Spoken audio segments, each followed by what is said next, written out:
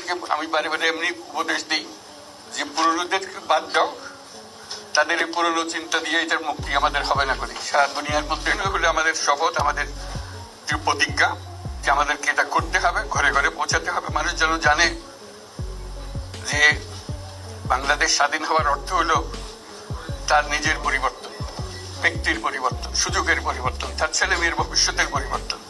এটা যেন প্রত্যেকে বুঝে নেয় এবং আজকের তরুণ সমাজকে বোঝানো যে এই দেশ এটা তোমাদের হাতে, তোমরা এটাকে তোমাদের মনের মতো করে গড়ে তুলবে। তোমরা যেগুলো স্বাধীন করতে পেরেছো, তোমরা এটাকে তোমাদের মনের মতো করে গড়তেও পারবে এবং তোমাদের দেখে সারা দুনিয়া শিখবে কিভাবে একটা দেশ, একটা তরুণ সমাজ গ্রহণ করতে পারে এবং তাকে পাল্টে ফেলতে পারে। তাদেরকে আমি বারে বারে এমনি উপদেশ দিই যে পুরনোদেরকে বাদ দাও, তাদের এই পুরনো চিন্তা দিয়ে এটার মুক্তি আমাদের হবে না করি। সারা দুনিয়ার মধ্যে এটা হবে না, এটা শুধু বাংলাদেশের কথা না, সারা দুনিয়াকে জন্য কথা বলছি।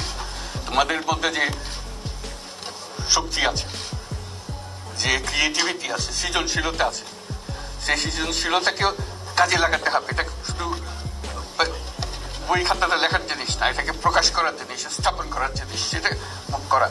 এটা আমরা এই আজকে আমাদের পুরো কাজটা হলো, দায়িত্বটা হলো তারা যেটা অর্জন করে নিয়ে এসছে এখন তাদেরকে দিয়ে এটাকে করিয়ে দেওয়া, আমাদের সমস্ত কাঠামোগুলো পরিষ্কার করে দেওয়া। সরকার বলে একটা জিনিস আছে কিন্তু মানুষের কোনো আস্থা নেই। মানুষ মনে করে সরকার একটা দমন পীড়নের একটা যন্ত্র।